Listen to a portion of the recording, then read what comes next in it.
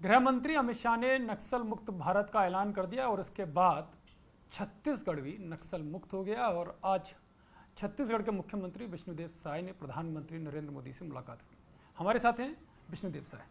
विष्णु जी, आज प्रधानमंत्री से मुलाकात हुई, तो क्या बस्तर, पूरे छत्तीसगढ़ जो नक्सली प्रभावित इलाके रहे हैं उनको लेकर कोई रोड मैप बनाया, कुछ प्रधानमंत्री ने कुछ संदेश दिया वहाँ के लिए?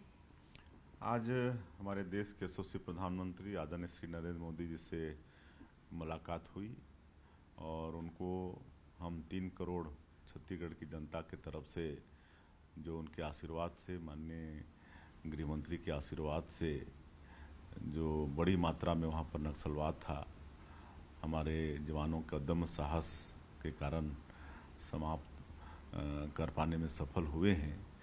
नहीं तो ऐसा लगता था कि पता नहीं इस समस्या का समाधान कभी होगा भी नहीं। तो उसलिए माननीय प्रधानमंत्री जी को धन्यवाद देने के लिए आए थे। उनको बहुत बहुत धन्यवाद है 3 करोड़ छत्तीसगढ़ की जनता की तरफ से।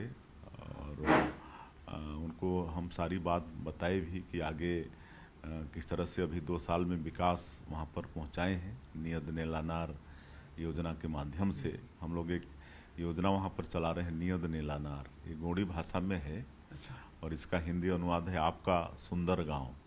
और इस योजना के तहत करीब 17 विभाग और करीब 40 से ज़्यादा व्यक्तिमूलक योजनाओं को वहाँ पर पहुँचा रहे हैं।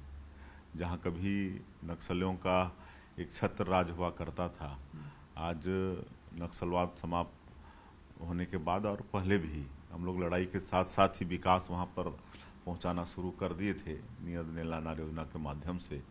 तो वहाँ पर आज सड़कें भी बन रही हैं, बिजली भी पहुँच रही है, लोगों के घरों में पानी भी पहुँचा रहे हैं, स्कूल अस्पताल भी खोल रहे हैं, राशन कार्ड भी बन रहे हैं, राशन की दुकान भी खोल रहे हैं, दूर संचार के साधन वहाँ पर स्थापित कर रहे हैं।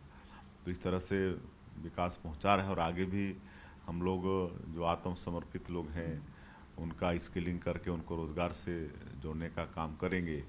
और पशुपालन, कृषि, पर्यटन, ये सबको क्षेत्र में बढ़ाएंगे। फॉरेस्ट प्रोड्यूस का वैल्यू एडिशन करके वहाँ के लोगों को रोज़गार देने का काम करेंगे। तो ये सारी बात जो रोड मैप है माननीय प्रधानमंत्री जी के सामने में हमने आज रखा। तो विष्णु जी, ये बताइए, जब गृह मंत्री ने आपके सामने पूरा रोड मैप रखा होगा कि 31 मार्च 2026 तक पूरा नक्सल मुक्त कर देना है, आपकी क्या प्रतिक्रिया थी? क्या आपको विश्वास था कि सच में ऐसा हो पाएगा? क्योंकि आप लोगों ने तो बड़े नज़दीक से उस दंश को झेला है। जी बिल्कुल। देखिए, आज 15 वर्षों, करीब 12 साल हो गए यहाँ पर एनडीए की सरकार चल रही है।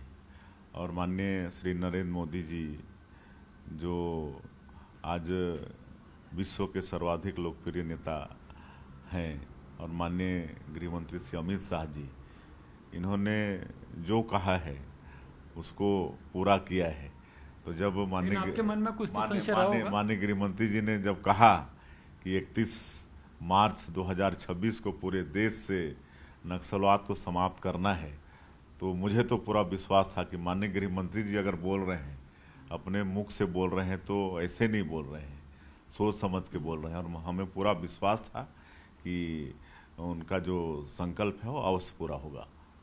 तो अब आपकी प्लानिंग क्या है? क्योंकि विकास के साथ साथ नक्सल जो पुनर्वास है, नक्सल जो लोग आए हैं, सरेंडर किया है, पुनर्वास तो आप उनका करेंगे, लेकिन क्या प्रदेश में औद्योगिक नीति को लेकर भी, इससे जुड़ाव को लेकर कोई रोड मैप बनाया? देखिए, अभी तो फिलहाल जैसे मैंने कहा कि वहाँ के आत्मसमर्पित लोगों को अभी स्किलिंग करा के बहुत लोगों को उनकी योग्यता के अनुसार रोज़गार से जोड़ने का काम किए हैं। इतना तक कि जगदलपुर में एक पंडुम कैफ़े भी चल रहा है, जो पीड़ित और जो आत्मसमर्पित नक्सली हैं उनको ट्रेनिंग देके, ये पंडुम कैफ़े है, यहाँ पर बढ़िया चाय भजिया पकौड़ा मिलता है और अच्छा चलता है। तो जैसी जैसी योग्यता है वैसे वैसे उनको कॉफ़ी कैफ़े की तरह जी जी जो हाँ, कॉफ़ी कैफ़े की तरह उस तरह पर बना है। और जैसी जैसी योग्यता है वैसे वैसे उनको स्किलिंग करा के रोज़गार से जोड़ने का काम कर रहे हैं। और पुनर्वास नीति भी बहुत अच्छी है, कई प्रदेशों का नीति को अध्ययन करके वहाँ पर बनाए हैं। और 3 साल तक उनको 10,000 रुपया देने का काम करेंगे। फिर 50,000 तत्काल आत्मसमर्पण करते हैं तो उनको देते हैं। और जो इनामी एक मुश्त रहता है कि महीने का कुछ? नहीं, 50,000 तो एक मुश्त अच्छा, देते एक हैं। मुश्त हाँ, रहता है। और कोई ये 10,000 10,000 का? रुपये ही महीने का रहता अच्छा, है, पर मंथ रहता है। पर मंथ रहता है। और स्किलिंग के बाद उनको रोज़गार से जोड़ते हैं।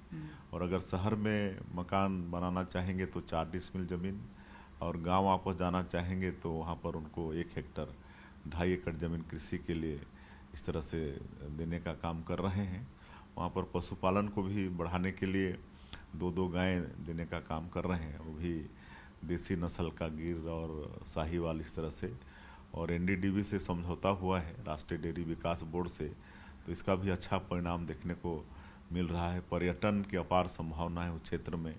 अनेकों वाटरफॉल हैं, कुटुमसर का गुफा है, और धुड़मारास अंतर्राष्ट्रीय पर्यटन संस्थान के तरफ से जो करीब 60 देशों में जो 20 गांव का चयन हुआ है, उसमें धुड़मारास का चयन हुआ है। वहाँ पर बम्बू राफ्टिंग वगैरह चलता है और फॉरेनर बहुत आते हैं, तो होम स्टे होता है।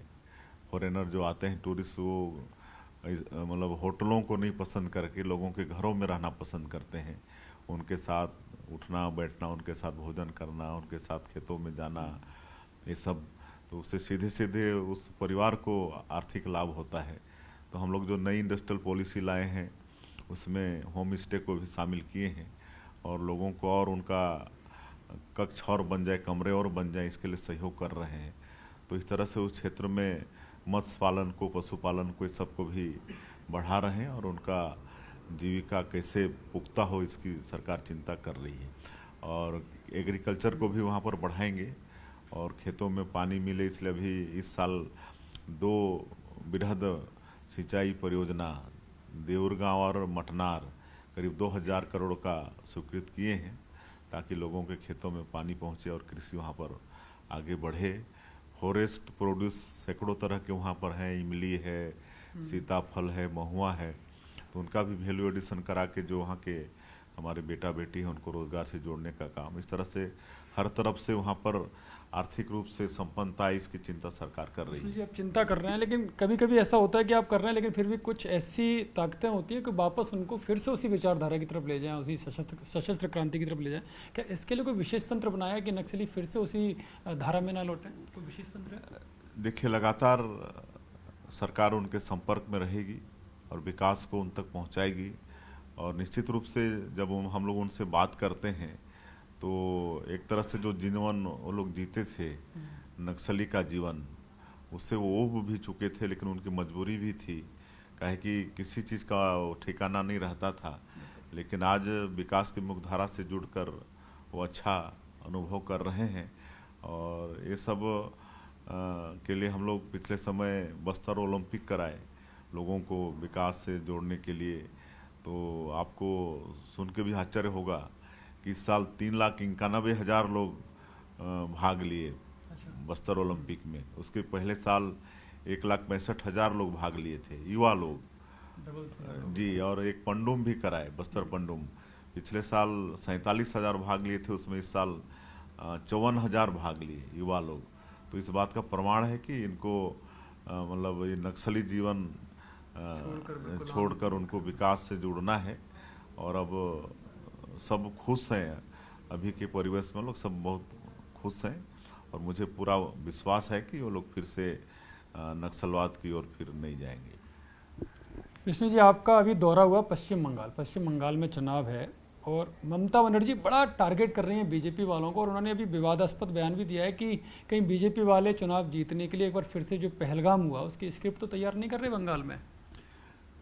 देखिए, अभी हम झारग्राम डिस्ट्रिक्ट होके आए हैं, नॉमिनेशन रैली में शामिल होके आए हैं, और वहाँ पर आम लोगों में भी चर्चा थी कि जो टीएमसी का नामांकन रैली था उससे भी ज़्यादा जनसैलाब बीजेपी के नामांकन रैली में उमड़ा था। और कई लोगों से बातें हुई तो टीएमसी सरकार के खिलाफ में बहुत आक्रोश है लोगों का, कहे कि 15 वर्षों तक सरकार वो लोग देख चुके हैं, वहाँ कुछ भी नहीं हुआ है। इतना तक कि जो केंद्र की कल्याणकारी योजनाएं हैं, जैसे गरीबों को मकान देना, प्रधानमंत्री आवास के अंतर्गत घर घर में जल जीवन मिशन में पानी पहुंचाना, किसानों का सम्मान निधि देना, ये सब कोई काम वहाँ एडाप्ट नहीं हुआ है, वहाँ की सरकार सबको नहीं करवाई है, जो कि सब गरीबों से जुड़ा हुआ काम है। और आज वो लोग भी देख सुन रहे हैं कि जहाँ पर बीजेपी शासित प्रदेश हैं वहाँ किस तरह का विकास हो रहा है। लेकिन वो तो अब ये आरोप लगा रही है ना कि पहलगाम की स्क्रिप्ट आपने तैयार कर ली है, फिर से आप एक और पहलगाम कराने की तैयारी कर रहे हो चुनाव जीतने के लिए। उसको हार स्पष्ट दिख रही है। इस बार उनकी सरकार आने वाली नहीं है, इसलिए वो विचलित हो गई है और इसलिए इस तरह का वो आरोप लगा रही है। लेकिन वो तो कह रही है कि ईडी हो, सीबीआई हो, चुनाव आयोग हो, सारी संवैधानिक संस्थाओं का आप दुरुपयोग कर रहे हैं। ये बिल्कुल भी नहीं हो रहा है। और अगर वो तो 4 तारीख को पता चल जाएगा, 4 मई को। चलिए, बहुत बहुत धन्यवाद। ये हैं विष्णुदेव साय जो कह रहे हैं कि ममता बनर्जी विचलित हो गई। और जहाँ तक बस्तर की बात है, छत्तीसगढ़ की बात है, तो सरकार ने पूरी पुनर्वास नीति तैयार की है। प्रधानमंत्री नरेंद्र मोदी के निर्देशों पर वहाँ पर विकास, जो नक्सली हैं वो विकास की धारा से लगातार जुड़ते जा रहे हैं। कैमरा पर्सन केडी के साथ यतेंद्र शर्मा, दिल्ली, न्यूज़ 18 इंडिया।